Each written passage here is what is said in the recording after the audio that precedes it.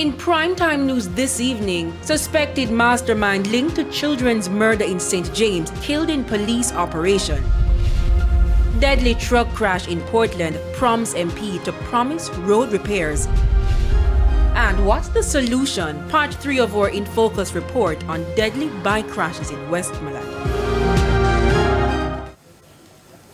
Good evening and welcome to Primetime News on air and online at onespotmedia.com, and a special welcome to our viewers on TVJ International in the Cayman Islands. I'm Archibald Gordon. And I'm Janella Precious with a preview of what's to come in the business news. Here's Andrea Chisholm.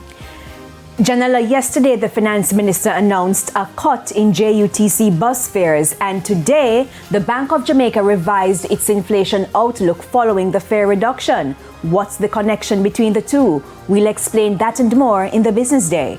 And speaking of things that happened yesterday, yesterday we were talking about football and saying anything is possible, and apparently anything is possible. Jermaine Brown?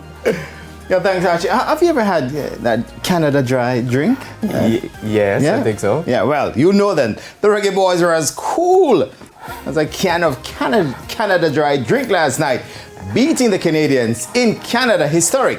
We'll tell you more a bit later on.